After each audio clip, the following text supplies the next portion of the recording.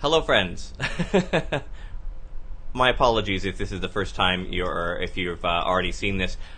I screwed up this new app, Ecamm. It's a great app. I screwed it up. I didn't have the settings right, so the link didn't work that we tweeted out. However, you'll be able to see this on replay, and welcome. Thanks for joining me. If you are joining on replay, by the way, there is nothing being sold here other than a 10-second pitch for our agency, which will come very shortly.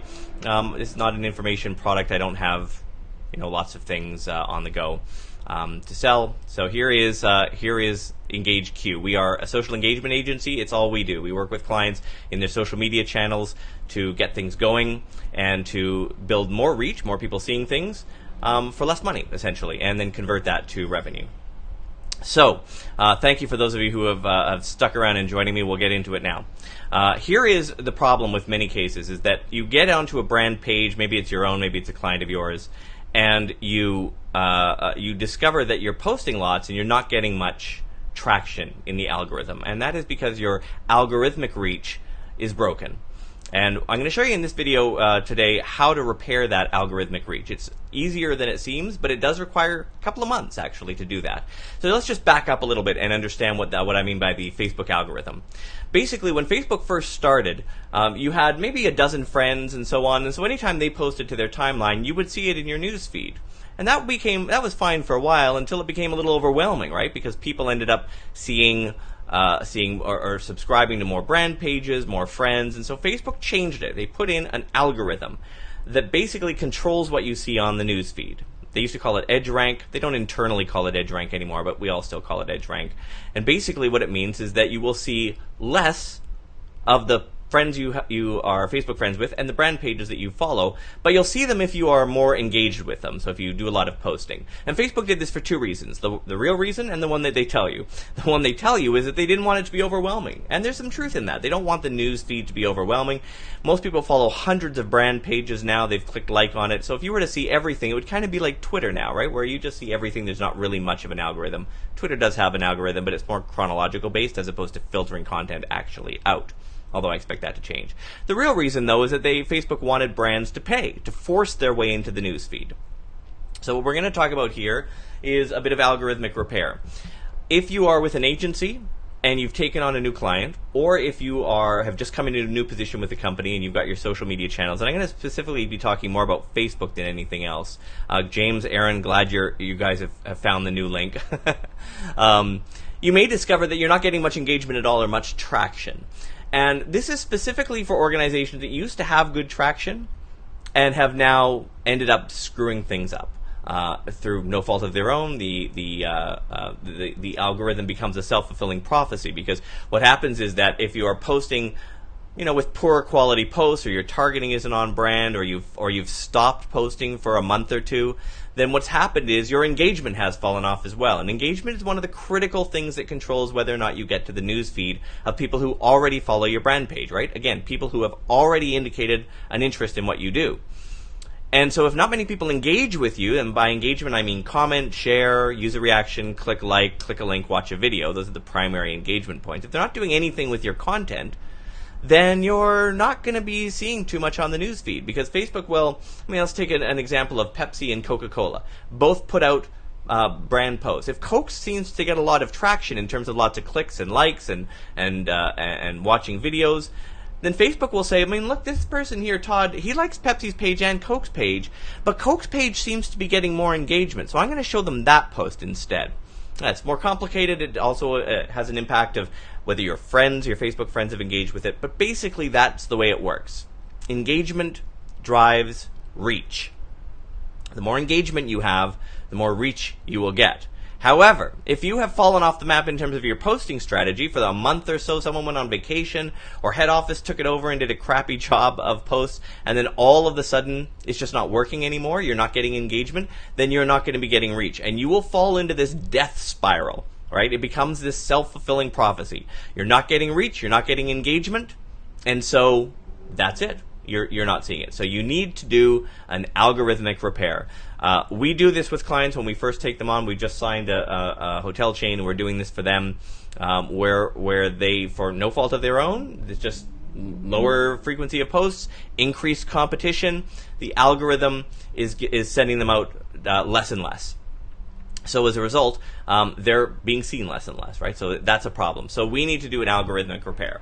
There's 3 steps to algorithmic repair that I'm going to walk you through right now. The first step is the actual repair phase of it.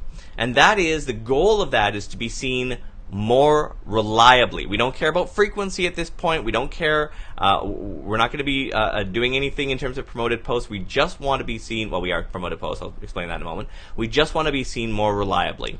This takes time. If you are doing an algorithmic repair program on social media in Facebook, it's going to take a bit of time. It's going to take, a couple of months, 2 or 3 months. So if we were taking on a client right now, for instance, we would be in the auditing phase with them. We'd be preparing what we call the blueprint, which is a 150-page document. I don't know if I've got a copy of it up here. Hang on. Let me get one.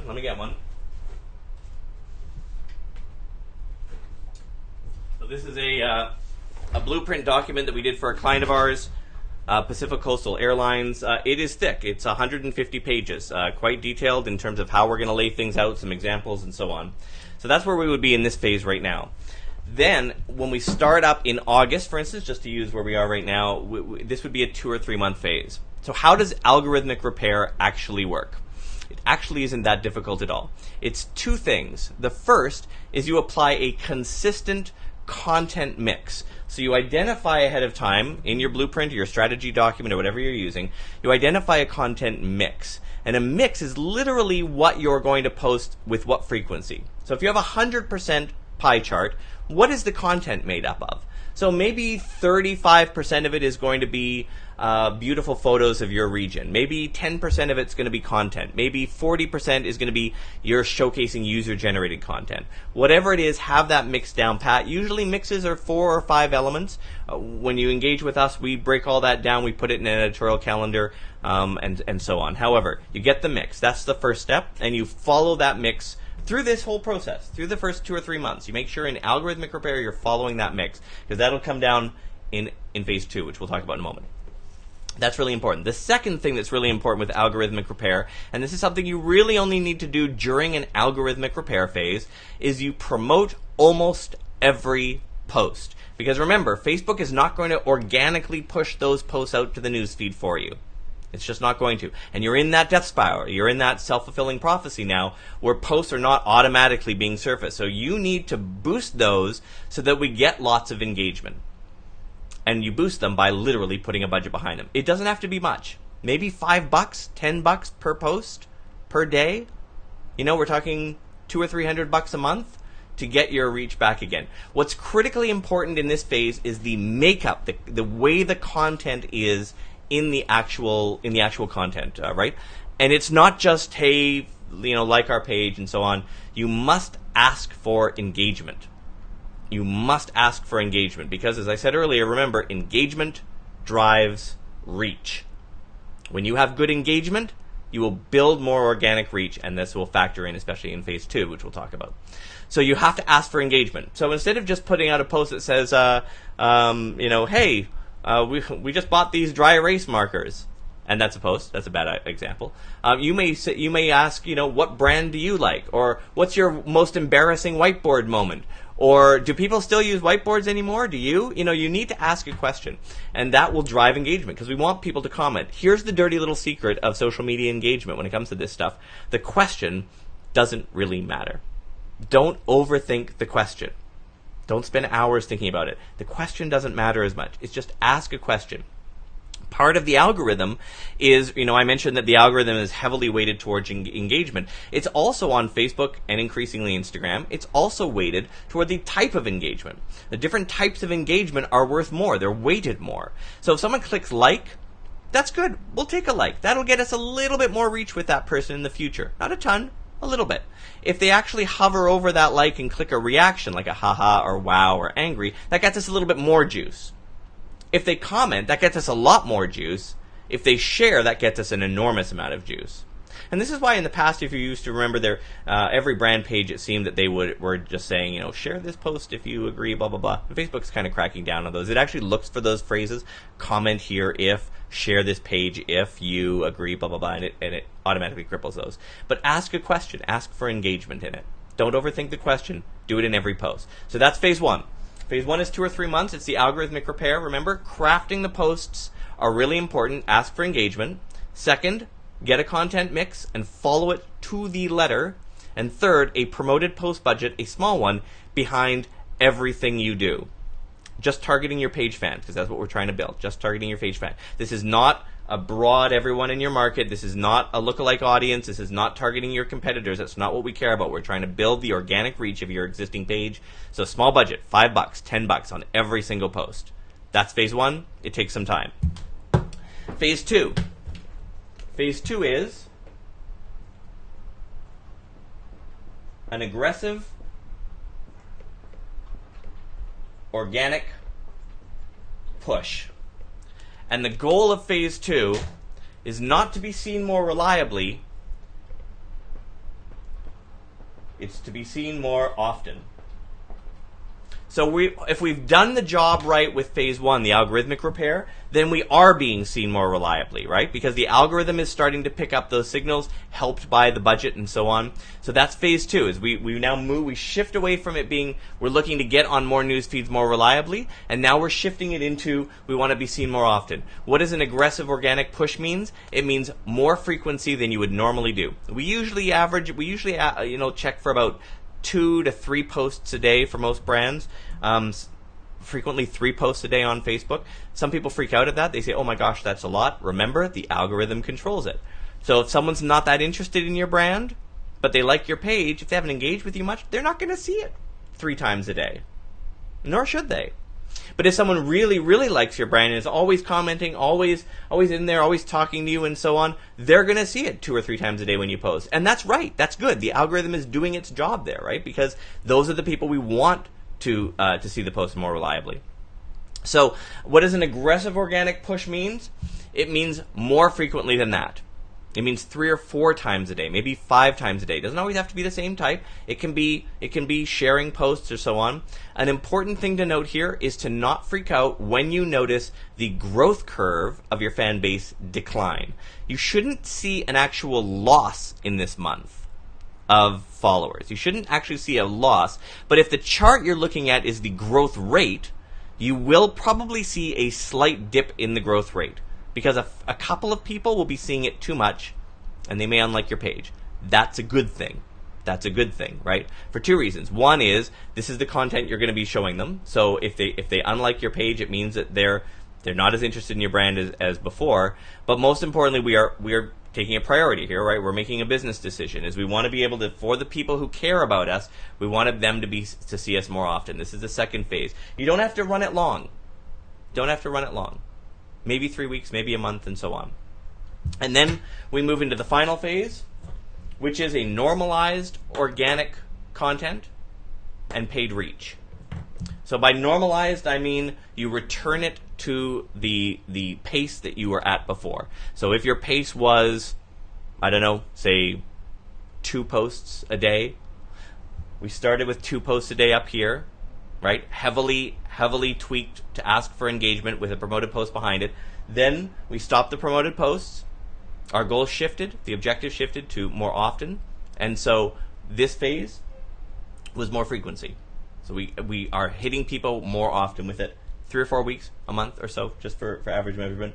And then a normalized organic content and paid reach. That's when things kind of dip back into normal. And what happens here is that the goal of phase 2 is not to drive people off the page, and it's not going to happen. Again, it's unlikely you will see an actual decline in the number of followers. You will probably see a decline in the growth rate, so the percentage at which it's growing. But the goal of this, once we get this, inside this phase, we are experimenting with different types of content. We're still sticking with the content mix, but we are experimenting with different types of posts. Photo posts, image posts, video posts, status updates are the main ones. Those 4. There's some other ones. There's Q&A. There's offers and so on. Stick with the main ones, right? Aggressively. Now we've gained more reach. People are seeing us more reliably, so that's good. And now we're pushing this out. And the goal of phase 2, other than being seen more often, is to get a collection of data. That's why you need about a month's worth in there, is to get a good chunk of data. And what is the data going to tell you? What post types are people most likely to respond to? And Facebook will break that out for you in your insights panel. The goal here, besides being seen more often, the real true goal is to get a data set that you can benchmark in phase 3. Because once we go into phase 3, we'll know what people are responding to. It's not enough posts to necessarily know whether the content mix is working, because you'll probably have 5 or 6 different types of content pieces in there. But it will be enough to get a bit of sense of when people are interested in doing that. What types of posts do they respond to, and so on. So that's it. That's algorithmic repair. We do this with most of our clients that we onboard at EngageQ. A lot of our clients come on and they have they had an intern working on their social channels for 6 months or something. We've had a couple of clients where another organization took over their social media channels and didn't do a very good job on it, and then they've lost a lot of edge rank. They've lost that algorithm.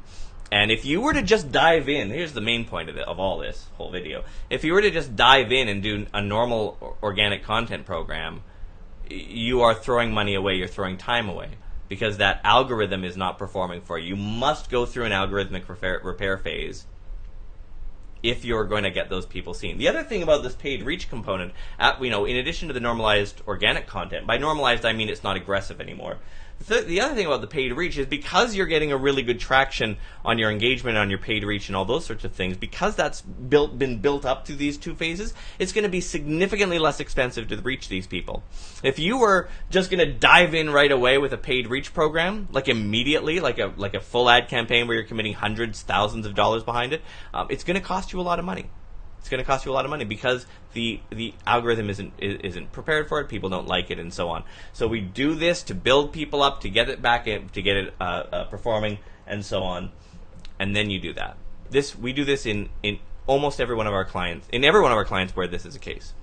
So let me just hit if you've got any questions, I'm happy to answer them again. There's no second part of this where I tell you to buy my stuff. I don't have anything to sell. Tanya says, just one day I'd like to see the algorithm go away. I'd like to see everything from my friends and every page I like and follow in order. It's never going to happen.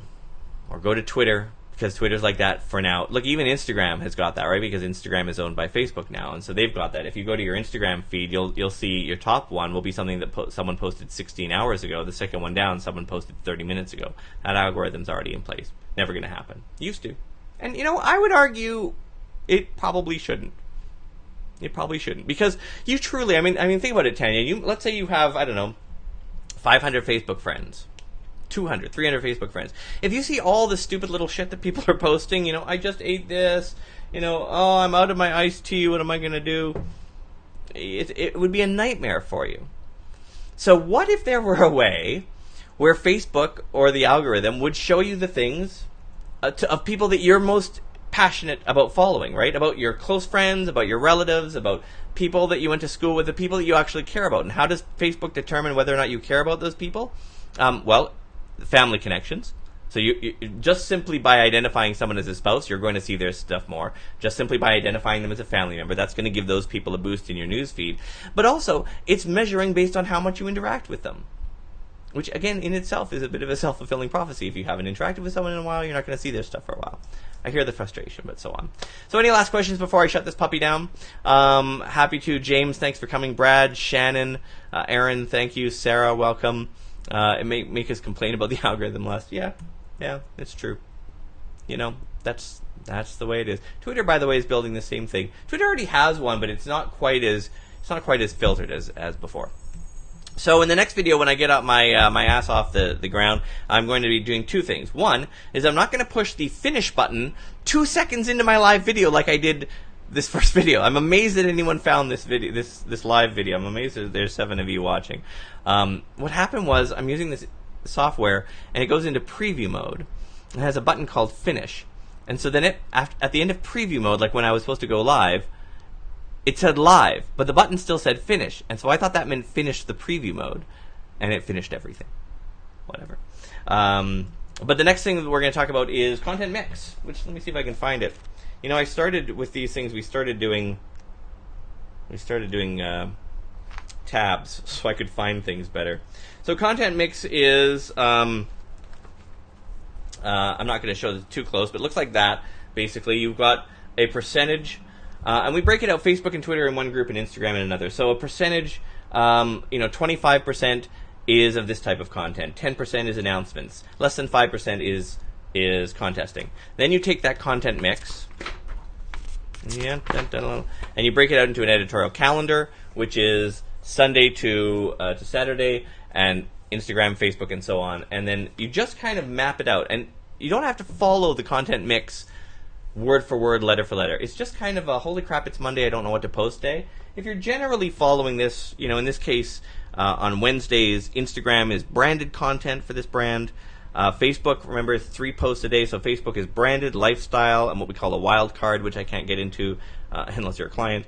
And Twitter is branded and a contest on that particular day. So there's like maybe 1 post. So, just kind of gives you an idea.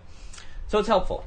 Obviously, if we can help you with your social media, all we do is social engagement. That's all. We've got a great team.